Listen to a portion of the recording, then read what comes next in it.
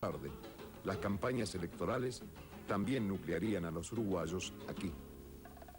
Igual objetivo cumplieron publicaciones como Volveremos, asociaciones como Aroja, Asociación de Residentes Orientales José Artigas, numerosos centros culturales y el gran fervor y calidad de los músicos pertenecientes al movimiento denominado Canto Popular Uruguayo. La identidad de un pueblo está configurada por las ceremonias, mitos y creencias que forman un patrimonio común. Y por una lengua. Tenemos un mismo idioma, pero ¿lo hablamos igual? No, y no solamente por las palabras distintas que usamos para muchas cosas, algunas de las cuales darían lugar a algunos chistes bastante picarescos, porque hay algunas palabras que usamos nosotros y ustedes no, y a la inversa, con un doble sentido muy fuerte de un lado y de otro, y que ha provocado más de algún momento de pánico en algún locutor argentino que ha ido al Uruguay y le han dado un texto. Le pasó a Jolivet una vez que dijo, bueno, y ahora, che, no me hagan estos chistes, corten. Le habían dado el nombre de una calle, creía que era un chiste y era una palabra que acá no se puede decir, ¿no? Pero por encima de eso hay una cosa detonada que yo no me doy cuenta. Cuando voy a Montevideo me dicen a veces, ¿cómo estás, porteñita? ¿Qué haces? Yo, ¿qué estás hablando? Te estoy hablando como un porteño. ¿Qué porteño? Yo vivo en la Argentina y nadie habla así. Hay una tendencia a exagerar las cosas, pero cuando me hacen la caricatura acá de los uruguayos y allá de los argentinos, me doy cuenta que hay algo. Ahora, nosotros nos conocemos siempre. Yo estoy en Nueva York, como te digo, viviendo muy frecuentemente. Y se me acerca alguien, ay, China, yo la conozco a usted del teatro y ya sé quién es. No me digas dónde reside la diferencia, pero entre nosotros nos conocemos. Ahora, evidentemente, para el resto del mundo, donde sea que yo viaje, cree que soy argentina, ¿no? Nos llaman los ches. Cuando yo vivía en Londres, había un grupo de argentinos que estudiaba junto conmigo y éramos los ches para todos los latinoamericanos, porque lo que más les divierte es ese che que decimos. Y que el uruguayo no dice. No, mucho menos que ustedes. Hay algunos curiosos fenómenos en Uruguay, por ejemplo en Rocha. El departamento de Rocha tiene algunas características muy particulares. Es el único departamento en el cual se habla tú eres. Y yo eso no lo creía hasta que un día fui en gira teatral y fui a una matiné infantil, estaba llena de chicos y de raítos ahí del barrio, y gritaban, apúrate Tarzán, mira que viene, apúrate, ven, huye. Y yo decía, ¿pero qué es esto? Y eran los chicos del barrio gritando, dicen tú eres tonto, ¿no ves que te persiguen? Y yo decía, ¿pero dónde estoy? Estoy en Uruguay. En Rocha hablan así, es el departamento que tiene los mejores dientes del Uruguay. Es un departamento en el cual hay fenomenales plantíos de palmeras, y están las más divinas playas oceánicas. Identidad, valores y lenguaje. Identidad, síntesis de encuentros. Casi siempre, la identidad toma la forma de una pasión. Uruguayos y argentinos tenemos pasiones encontradas. Así como el carnaval permite que en 3 días se dé rienda suelta a todo lo reprimido durante el año, existe un tema a través del cual argentinos y uruguayos nos peleamos abiertamente y sin tapujos: el fútbol.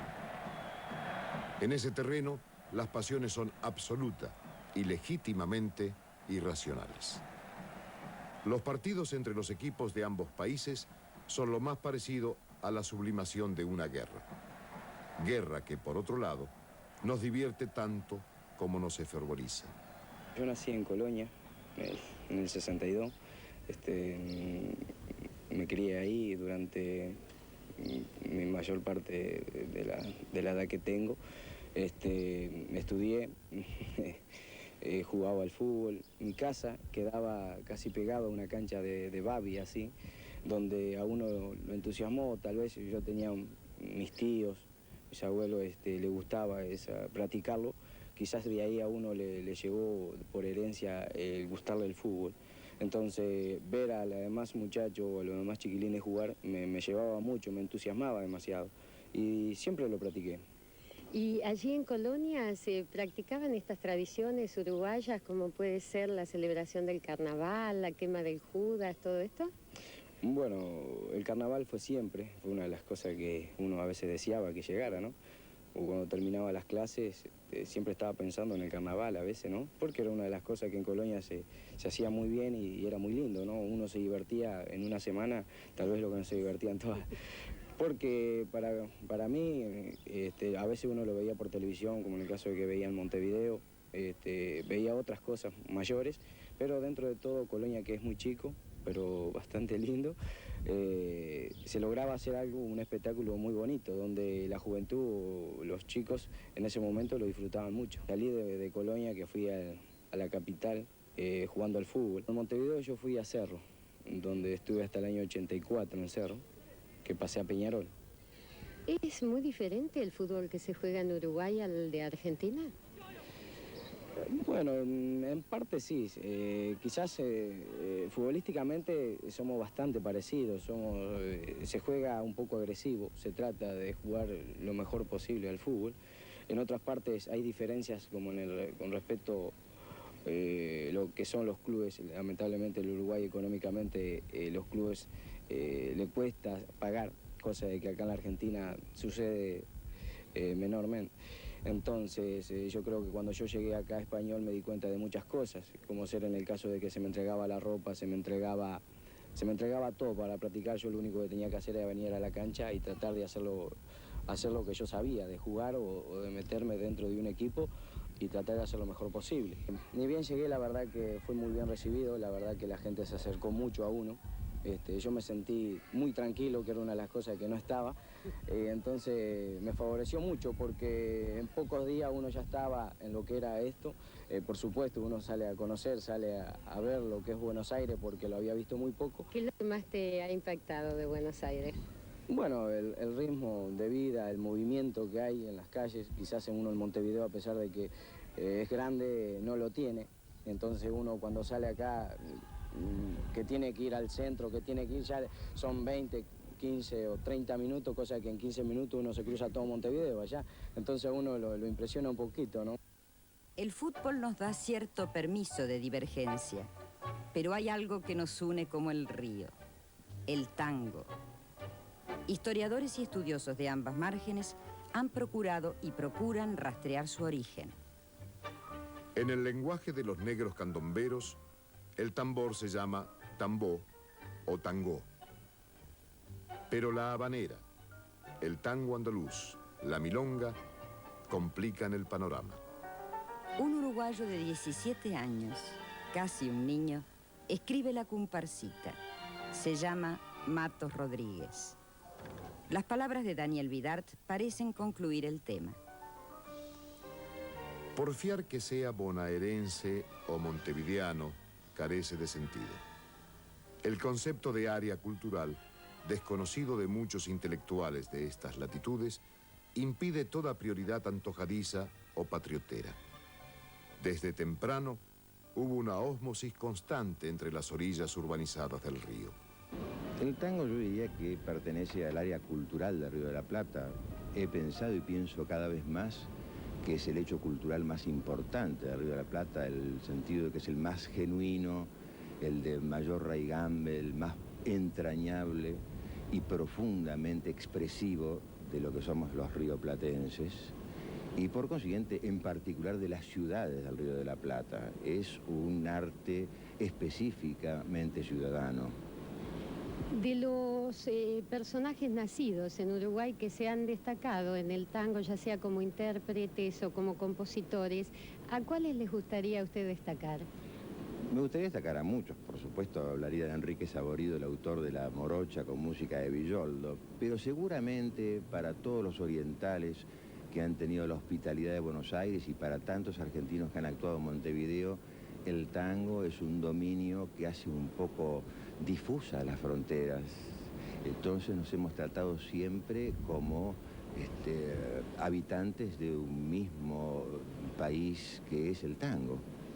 El café es una especie de institución aquí en este país y tiene su importancia dentro del tango. Me gustaría saber si eso también ocurre en Montevideo, por ejemplo. Cierto, naturalmente es una especie de institución que ampara nuestro espíritu social, nuestra capacidad polémica y nuestro culto por la amistad. Usted vino aquí de muy chiquito, volvió a ir a Uruguay. ¿Cómo fue su historia personal? Cuando mi padre Horacio Ferrer y mi madre Alicia de Escurra se casaron, tuvieron que elegir dónde iban a vivir, si en Buenos Aires o en Montevideo. Como mi padre le salían unas cátedras, él era profesor de historia y de geografía, entonces se quedaron a vivir en Montevideo. Yo nací el 2 de junio de 1933 y me trajeron por primera vez cuando cumplí un mes en las vacaciones de julio, que tenía mi padre como docente, para presentarme a la familia. Cuando se embarcaron en el vapor de la Carrera, mi madre fue a dormir a la cucheta de arriba y mi papá durmió en la de abajo, y en la mitad del Río de la Plata mi madre se durmió y yo me caí al piso desde la cucheta de arriba. Quedé para siempre así, esto es un chiste, pero como una metáfora de lo que a mí me gusta y es mi propio lenguaje, diría que volví a renacer en el medio del Río de la Plata sobre la línea del Talbec. ¿Usted se considera un inmigrante en la Argentina, Horacio? No, de ninguna manera me considero un inmigrante. Comprendo y ha sido parte de mis reflexiones en la vida el tema de la inmigración, y precisamente porque comprendo el alma del inmigrante y los temas, los sentimientos y las atmósferas espirituales del inmigrante, yo no me considero un inmigrante. ¿Diría que tiene dos patrias, Argentina y Uruguay? Diría que tengo una patria con dos soberanías.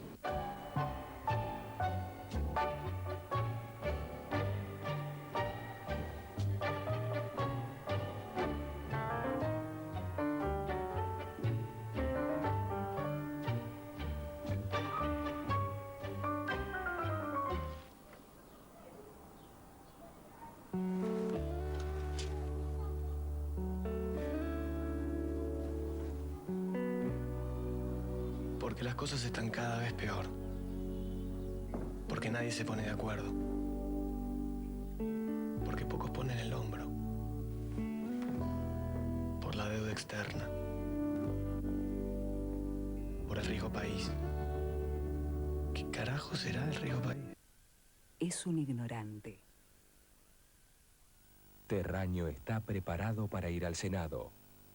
Y va con vos.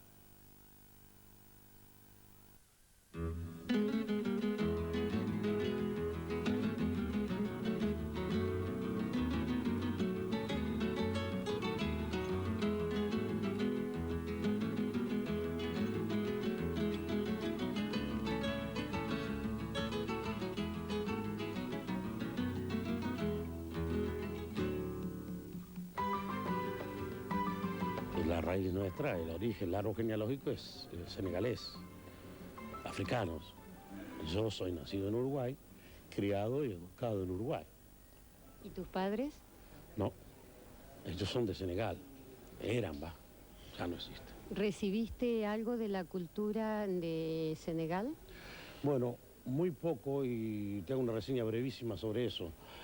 Cuando papá fallece yo tenía nada más que 2 años y nos crió mamá con una buena educación, pero una negra vieja luchadora que tuvo que trabajar, que salir a cocinar, que hacer un poco la sirvienta. Así, en esa lucha, educó a mi hermano, que es abogado en la actualidad, creo que ya debe estar retirado porque es mayor que yo. Y yo que estudiaba ingeniería, pero no quería cantar. Y adelante, aquí estamos. El Uruguay tiene mucho de cultura africana, ¿no es cierto? Bueno, creo que en el Río de la Plata el grueso de los negros se fijó en Uruguay. Los motivos son varios, ¿no? Muchos que tuvieron que emigrar de acá cuando la libertad de vientre, otros que buscaban otros medios, otros problemas que hubo, el clima húmedo de Buenos Aires, la fiebre amarilla, montones de cosas. La guerra de la Triple Alianza, donde desaparecieron muchos negros, por eso la gente dice no hay negros en la Argentina. No, emigraron, simplemente. Decís que te gustaba cantar, pero también estudiaste teatro. ¿Cómo fueron tus comienzos? Bueno, mis comienzos son así. En Uruguay hay muchos elencos de teatro negro. Y entre ellos había unos directores muy buenos, los Cardosos. Uno era medio pariente nuestro, y el otro, que era otro moreno también, que formaban elencos de teatro para las fechas patrias uruguayas, ¿no? Y en el Ateneo de Montevideo, ahí se representaban obras de Florencio Sánchez, hacíamos Mi hijo el doctor, En familia, o sea, hacíamos todo ese tipo de obras, actores negros representando el Teatro Nacional Uruguayo. La Comedia Nacional Uruguaya ha sido y es un espacio y un tiempo en el que lo clásico se hace moderno y lo moderno se hace clásico. Una gran actriz, una gran maestra, se ocupó de que así se hiciera. Margarita Xirgu. Y hubo otro espacio y otro tiempo de encuentros y de búsquedas, de compromiso y de riesgo, de luces y de sombras. El Teatro del Galpón, de Don Atahualpa del Chopo. Otro nombre uruguayo nos ha legado un patrimonio cultural de importantes consecuencias. Florencio Sánchez, autor, entre muchas otras obras, de La Gringa. Yo nunca decidí venir a la Argentina. Yo vine aquí en el 71, invitada por Lautaro Murúa, para filmar una película, Un guapo del 900. Era la segunda versión que se hacía. Y vine con una valija de mano y le pedí a unos amigos míos si me podían alojar 2 meses, que era lo que duraba la filmación, porque venía aquí a filmar. Y vine a filmar esa única película. Nunca pensé irme del Uruguay. Y después de esa película surgió otra película, que fue La Mafia, dirigida por Torre Nilsson. Hice una temporada de teatro y se empezaron a empalmar los trabajos uno con otro. Y entonces decidí quedarme. Pero fue poco a poco. Yo nunca dije, me mudo a la Argentina. Fue así. ¿Cómo es tu vínculo con Uruguay, con Argentina? ¿Sentís que vivís un poco en los dos lugares? ¿Sentís que tenés dos patrias? Mira, el vínculo mío con la Argentina empieza cuando nazco, que mamá es argentina. O sea que tengo una gran parte de la familia de mamá acá, la familia del campo de apellido. Y toda mi vida he estado viniendo a la Argentina a ver a los parientes argentinos. Papá hizo acá 2 monumentos muy grandes. Uno está aquí enfrente, el Artigas. Fue el último monumento importante que hizo. Y el otro fue el monumento a Roca, que está ahí en diagonal, frente a la Manzana de las Luces. Y cuando papá estaba haciendo acá el monumento, veníamos siempre a visitarlo. Mi abuelo, Juan Zorrilla, que era poeta, el que escribió Tabaré, vivió en un exilio político en la Argentina. O sea que la Argentina nunca me da la sensación de que estoy en otro país. Nunca me parece que cruzo una frontera cuando voy por el Río de la Plata de un lado a otro. Me parece que voy a la continuidad, que estoy realmente en algo que es una unidad histórica, que es Uruguay y Argentina. Empecé desde muy chica en mi casa con mis hermanas. Yo tengo una vocación que aparece muy tempranamente en mi vida. Somos 5 hermanas mujeres. Mi hermana Guma me hacía los vestuarios, todavía me los hace hoy. Me lo hizo para Emily y para la Margarita llamada Mercedes. Hacía teatro en el colegio, primero con las maestras, después con las monjas y después eventualmente con los grupos independientes. Es un poco el proceso clásico del actor, ¿no? En el Uruguay había pocas posibilidades, pero se hizo excelente teatro durante 2 décadas, muy famosas, que fue del 50 al 70. Hubo 20 años de teatro en Montevideo, que era, te diría, desproporcionado con el país, porque había 15 teatros funcionando con grandes títulos en una pequeña ciudad como es Montevideo, ¿no?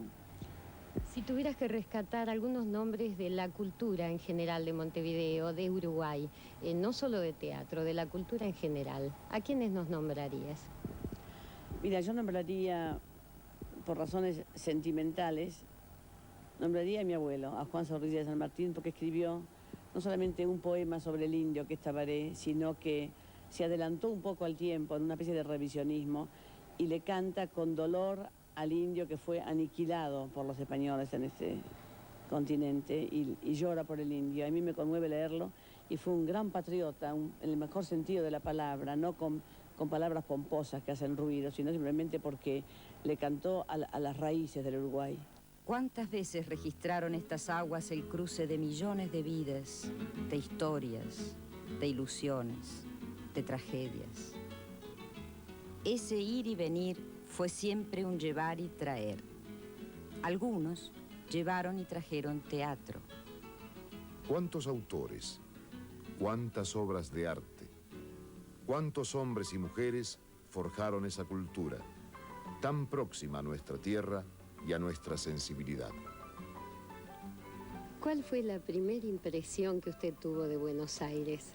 Fue a una edad muy precoz, porque habiendo fallecido mi padre, cuando yo tenía 8 años de edad, mi madre hizo un viaje de reparación espiritual y coincidió ese viaje con la celebración de la gesta emancipadora de Mayo, primer centenario. Eso fue para mí un deslumbramiento. Cuando me enfrenté a la Avenida de Mayo, me pareció que era un sueño. Y después vinimos a ver la exposición internacional y penetramos mediante el pago de $1 nacional, me acuerdo de aquella época, para presenciar unos vuelos de Cattaneo, que fue un pionero de la aviación en estas tierras del Plata. Después, yo me inicié muy joven en el periodismo y en el teatro como autor en Montevideo, y mi sueño dorado era siempre cruzar el charco para radicarme en Buenos Aires y ampliar las posibilidades de mis realizaciones. Y entonces, como era estudiante y no despedía de muchos medios, sin embargo, cuando contaba unos pesos, cruzaba el charco, venía a Buenos Aires para ya vincularme al ambiente teatral. Después de hacer varias intentonas de adquirir unas vinculaciones, cuando cumplí 21 años de edad, donde yo entonces me liberé de la sujeción bajo el juez, bajo el tutor que me había impuesto el juez por mi orfandad de padre y de madre. Entonces en el año 23, y ya el año 23, estrené con Pedro Zaneta en el Teatro Boedo 3 obras. Una, Los Puritanos, Juventud Divino Tesoro, y la tercera, La Última Evasión, en colaboración de Enrique González Tuñón. ¿Se relacionó aquí con todo el ambiente intelectual? El ambiente intelectual, desde Armando Discépolo, a Yamandú Rodríguez, José Antonio Saldía, Samuel Eichelbaum, D'Artés y Damel, Enrique Santos Discépolo, Conrado Roslo, Roberto Cugini. ¿Y qué vida hacía aquel muchacho de 21 años recién llegado a Buenos Aires? Pues hacer una vida dedicada íntegramente al teatro, no solamente de día, sino viendo las representaciones y tomando partido o parte o participando de todas las reuniones que de madrugada se hacían en aquel entonces después de la función, ya sea en los 36 billares de aquellas Corrientes, en la terraza, en el Tropezón. Es decir, me vinculé a Alberto Novión, Alberto Bacareza. Si usted tuviera que mencionar algunas de las diferencias culturales entre Uruguay y Argentina, ¿cuáles destacaría? Bueno, yo, francamente, son 2 pueblos históricamente iguales. Hay una coincidencia total, una semejanza que no tiene parangón en el mundo. Es decir, pequeñas diferencias, muy sutiles diferencias, que se pueden sintetizar cuando se llamaban en aquella época a los porteños barriga agujereada y a los uruguayos montevideanos carne de paloma, pero que la gente creía que era peyorativo, y no, era apodos muy familiares, que significaba la fraternidad rioplatense, porque el porteño se le llamaba barriga agujereada, porque cuando iban a Montevideo, como no tenían experiencia de natación, eran propicios a ahogarse, como si tuviera un agujero, barriga agujereada. Y se le llamaba a los montevideanos carne de paloma, porque como hacían una vida a la intemperie y se asoleaban y se curtían el cutis, tenían un color amorachado, como tiene la paloma, que tiene una carne un poco amorachada. Bueno, pero entonces después de eso hice un viaje a Europa, que yo describo en un libro de memoria recientemente publicado. Volví a Buenos Aires y me vinculé al diario Crítica. ¿Cuál es su patria? ¿Cuál es su tierra? Bueno, yo soy un auténtico rioplatense. Yo nunca puedo olvidar Montevideo, que fue la ciudad donde nací y donde me formé primero culturalmente y luego desde el punto de vista de mis estudios. Pero tampoco puedo dejar de creer de que voy a morir en Buenos Aires, porque será esta la última etapa de mi vida después de una actividad intensa que aún sigo desarrollando, porque quiero morir en plena lucha, sin pausa, sin fatigas y sin desalientos. Milonga que este porteño dedica a los orientales, agradeciendo memorias de tardes y de ceibales. El sabor de lo oriental, con estas palabras pinto, es el sabor de lo que es igual y un poco distinto. Hombro a hombro o pecho a pecho, ¿cuántas veces combatimos? ¿Cuántas veces nos corrieron? ¿Cuántas veces Milonga para que el tiempo vaya borrando fronteras. Por algo tienen los mismos colores las dos banderas.